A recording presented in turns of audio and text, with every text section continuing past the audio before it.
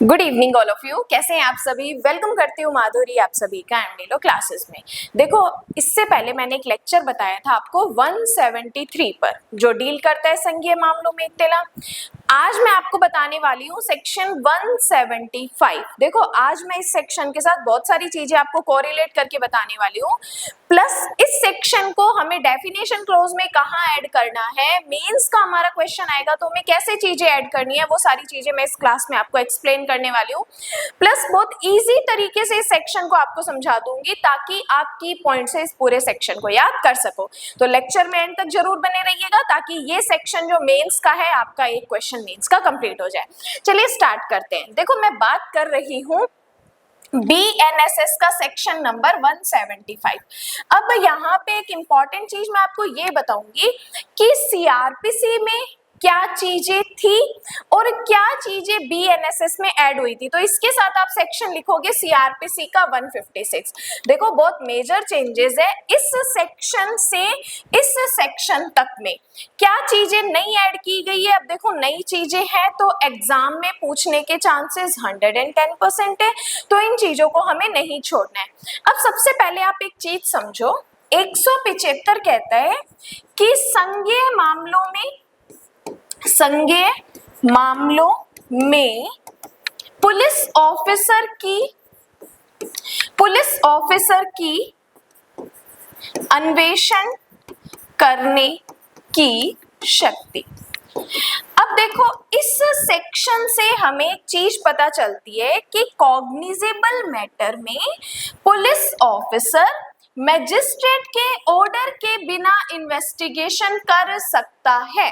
अब याद करो, जब हम 2G डेफिनेशन क्लोज संघीय अपराध की पढ़ते हैं तो उसमें क्या लिखा हुआ है कि संघीय मामलों में पुलिस ऑफिसर मैजिस्ट्रेट के वारंट के बिना क्या कर सकता है? गिरफ्तारी कर सकता है। वारंट के बिना क्या कर सकता है? गिरफ्तारी कर सकता है।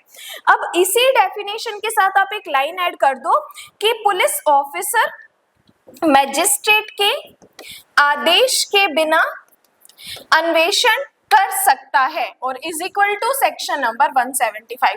क्योंकि जब हम कॉग्निजेबल ऑफेंस को एक्सप्लेन करते हैं तो वहां पर हमें यही चीजें बतानी होती है कि कॉग्निजेबल ऑफेंस में पुलिस विदाउट वारंट अरेस्ट कर सकता है, इवन मैजिस्ट्रेट के ऑर्डर के बिना इन्वेस्टिगेशन भी कर सकता है। तो ये लाइन कहाँ लिखी हुई है? सेकेंड वाली, तो 175 में लिखी हुई है। अब देखो, संघीय मामलों में पुलिस ऑफिसर मैजिस्ट्रेट के ऑर्डर के बिना इन्वेस्टिगेशन कर सकता है। अब यहाँ पे जो 175 सेक्शन है, 175 सेक्शन में टोटल 4 सबसेक्शन दिए हुए हैं, जबकि जब हम 156 पढ़ते हैं तो सिंपली सबसेक्शन 3 ही दिए हुए हैं।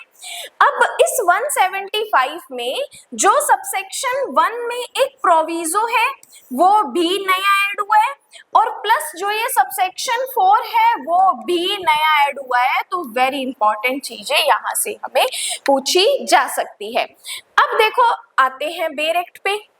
175 ने कहा कि मैजिस्ट्रेट के आदेश के बिना पुलिस ऑफिसर अन्वेषण कर सकती है। तो सबसेक्शन 1 में तो सिंपल है, मैजिस्ट्रेट के ऑर्डर के बिना हम क्या कर सकते हैं? इन्वेस्टिगेशन कर सकते हैं। लेकिन प्रोविजो कहता है कि जब संज्ञेय मामला ऐसे नेचर का है, ऐसी प्रकृति का है, गंभीर प्रकृति का है, तब हम अन्वेषण के लिए किस से चाहेंगे कि वो पर्सन जाके अन्वेषण करे? तो यहाँ पर पुलिस सुप्रिटेंडेंट या डिप्यूटी पुलिस सुप्रिटेंडेंट, मतलब पुलिस अधीक्षक या उप पुलिस अधीक्षक से हम चाहेंगे कि भाई ये लोग जाके ऐसे मैटर का अन्वेषण करें। क्या कहा?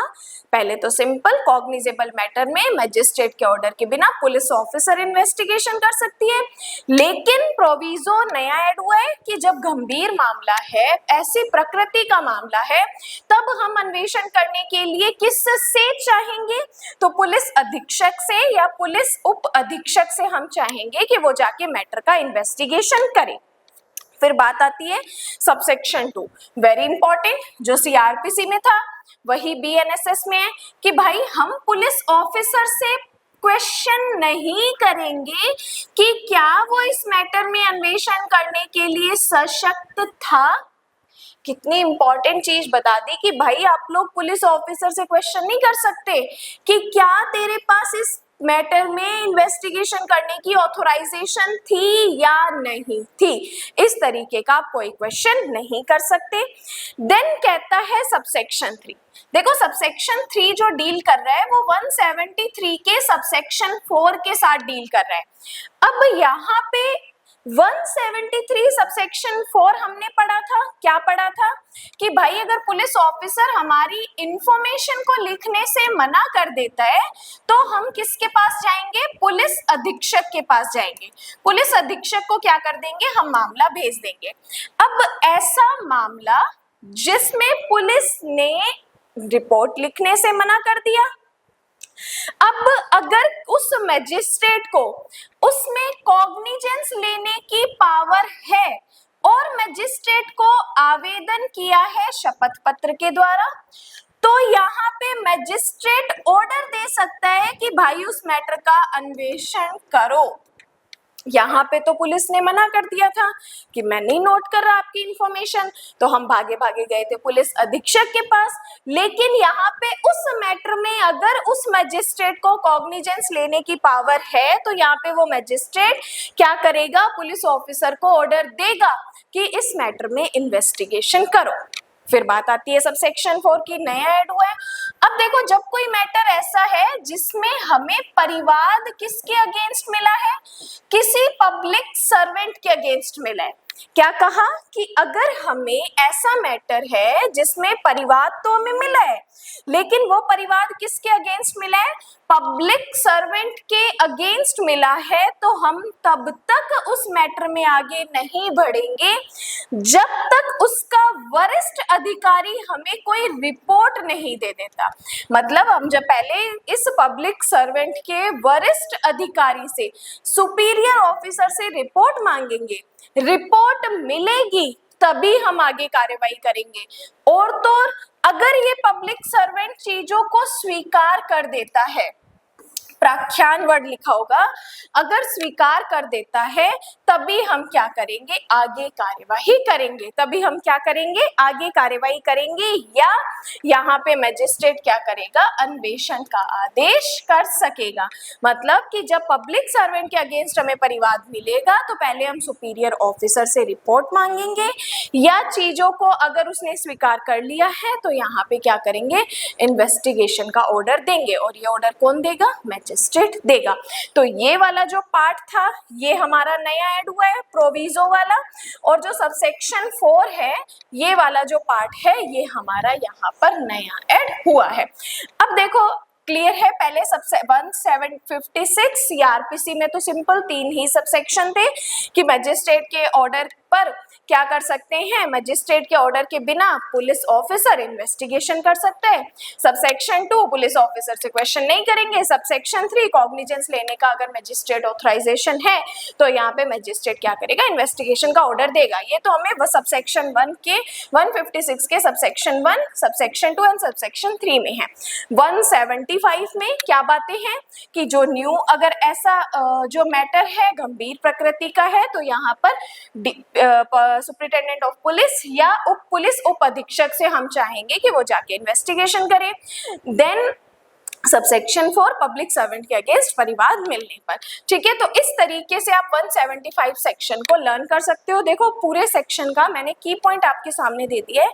फिलहाल आपको पहले कंसेप्ट समझना है, 175 ने क्या कहा, प्लस देन आपको की पॉइंट्स याद करने हैं। उसके बाद थर्ड स्टेप पे आप बेरेक्ट की चीजें याद रखोगे। इसके बाद एक और चीज देखो, अपने एमडीलो क्लासेस पे 2 मेंबरशिप चल रही है।